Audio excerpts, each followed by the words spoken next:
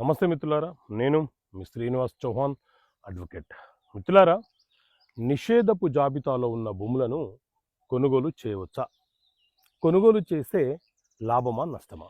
So మిత్రులారా, మన దేశంలో రిజిస్ట్రేషన్ యాక్ట్ 1908 అనే చట్టం ఉంది.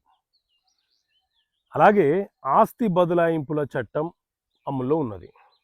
ఈ రెండు చట్టాల ప్రకారంగా ఏ భూములను బదిలీ చేయాలి, ఏ భూములను బదిలీ చేయకూడదో చెప్పే చట్టమే ఆస్తి బదలాయింపుల చట్టం.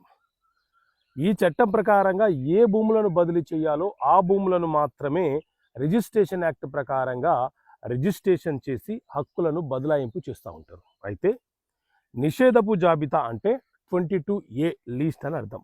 ఏ భూములనైతే అమ్మకాలు కొనుగోలు చేయడానికి వీలుండదో, అవకాశం ఉండదో, ఉదాహరణకు ప్రభుత్వ భూములు, దేవాలయ